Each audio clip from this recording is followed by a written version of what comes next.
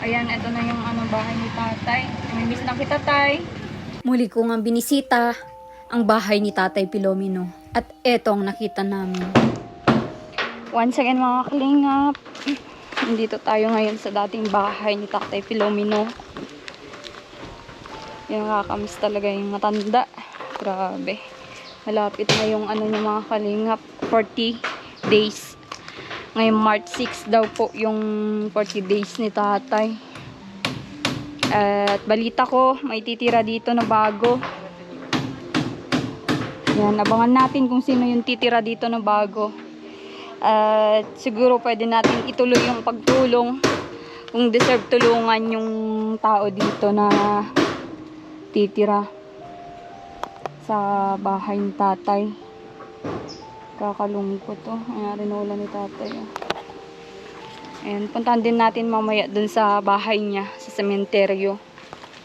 Mag-direct tayo ng kandila dun. At syempre, kahit wala na si tatay, alalahanin pa din natin siya. Yun, no? May ginagawa silang bahay dito sa kabila. Hindi ko alam kung sinong may-ari. At sabi ko nga, yung karpintero siya, sana yung gagawa dati ng bahay ni tatay. Wala naman na po siya. Hirap. Ganda ng bahay niyo, kuya. Sawa ni Ate Isabel po yan.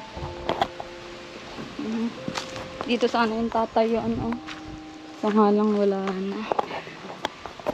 Andun din yung mag-asawa. Kailan po yung 40 days ni Tatay Mino? March 6? Ah, okay. Yun, March 6. Ano yun? May padasal din? Ah? Dito sa bahay niya. Okay, March 6. Sige. I-ano natin yan at pupunta tayo dito. Sino kaya ang dadasal daw po? Yung po yatang yung dati rin po na matanda. Sino ba yung Fernan yung matanda? Yung taga dyan sa Alayaw din? Okay. Ano ba yun? Isang araw yun gaganapin, ate? Isang araw? Kasama ng mga kapatid. Apo. Balita ko din may titira na pala dyan. Apo. Kapatid po ni Tata Mino. Si Tio Dudong. Oo. Grabe tong project ni kuya. Hindi matapos-tapos ang mga project mo, kuya. Iba talaga ang Sikat. Oo. Ang magandang gawa. Kumusta po kayo? Okay naman po. Okay naman. Oo. Namatay na po pala yung yung Dating, yung Si Kuya Boy. Oo, tinutulungan ko doon. Grabe, sunod-sunod nga. Apo. Sabi na nga ng mga nagko-comment, nakakatakot yung mga binablog mo, sunod-sunod na. Nagkataon lang kasi matatanda na. Kasi hindi daw na nagdudumi. Hindi daw kasi nakakadumi daw yun, sabi ni nanay. O, hindi na nga po. Ay, nanonood po kayo? Apo. Okay. Basta pag, na lang, pag pa 40 days, pupunta din ako dito. Apo. Madami kaya yung pupunta? Sila Jomalyn po at saka po yung kapatid. Yung mga nila Fernan, Tiyahin. Mga kamag-anak na po, Yan, sa March 6. March 6 yun. Ay! Nahulugan tayo. Nahulugan si ma'am! Sige. Fernando Kit. Oo. Lalagatog. Pupunta pa kami ng Ayan, punta tayo. Punta tayo sa cemetery mamaya. Kasama tayo kila Marcos. Ayan, kinamusta ko lang yung dating tirahan ni tatay. Ayan. Ito din yung bahay nila sa Bella pagawa ni Marcos. Papagawa na rin po pala. Ha? Oo, papagawa na.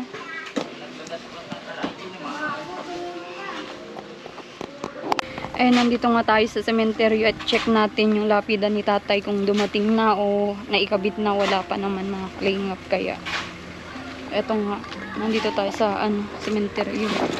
Sama natin si Rans at si Marcos. Ito yung kay tatay. Siya na lang yung walang lapida. Kala ko na ikabit niya. Pangatlo sa bandang huli. Mm. At galing din po kami doon sa dating bahay ni tatay at nalaman ko nga na ang 40 days ni tatay ay sa March 6. Ayan, at pupunta tayo doon at nandun yung mga kamag-anakan ni tatay Filomeno. Ayan, wala kasi akong idea din nung nakaraan. Yung isang ninang namin nagpaabot ng pang prayer doon sa 9 days.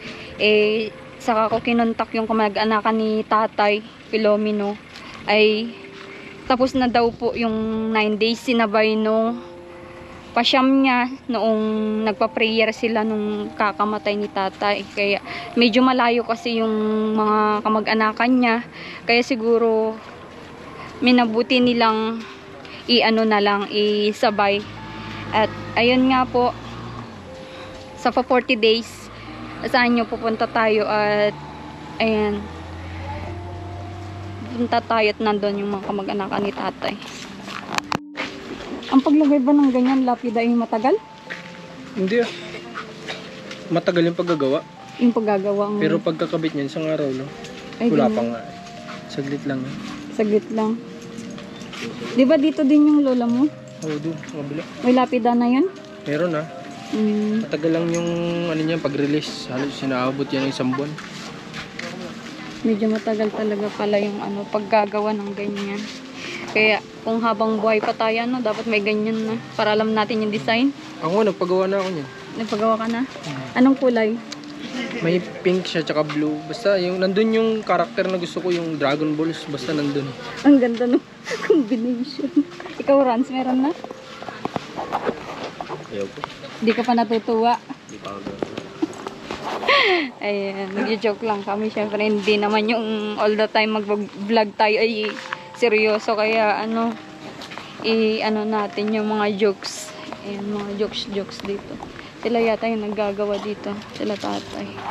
At eto, mga kalingap, tong cemetery dito sa Kapalongga ay tinatawag nila private daw po itong lahat ito. Private daw po ito. Bawat apartment na ganito ay 13,000. Bawat pagsusuotan 13,000 po. Samantala sa mga ibang cemetery, mga public ay ano, siguro ay libre binibigay ng gobyerno po yun ay ang alam ko. Pero dito, dating public daw, ginawa nilang private. Catholic cemetery ang tawag po dito. Ayan. Actually, may ano naman po dito, may mga libre.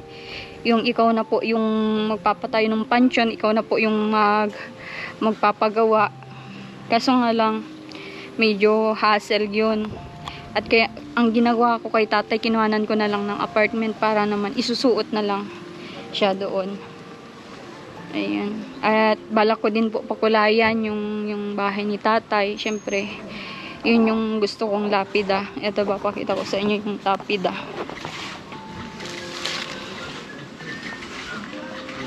Yung lapida. Oh.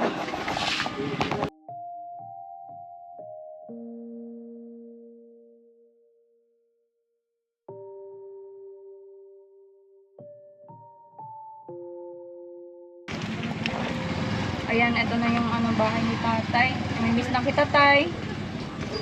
Namimiss ka din ni Rans, ni Marcos. Mga kasama namin naghatid ng ano sa iyo.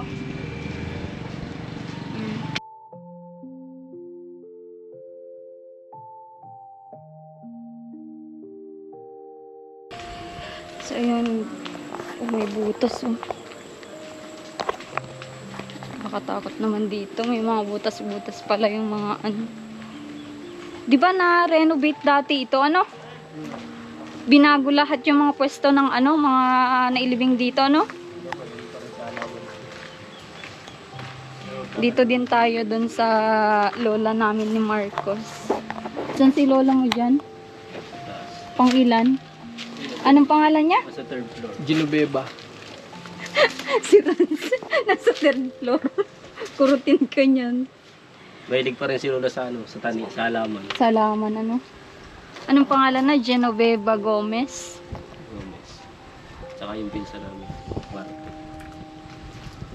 1937 ay panganak. Tatay Moises. Si Tatay Moises yun? Siya nga. Ayun. Moises Magtangon. Ah! Yan din pala yung isang binablog ni Marcos. O, katabi lang ni, lola.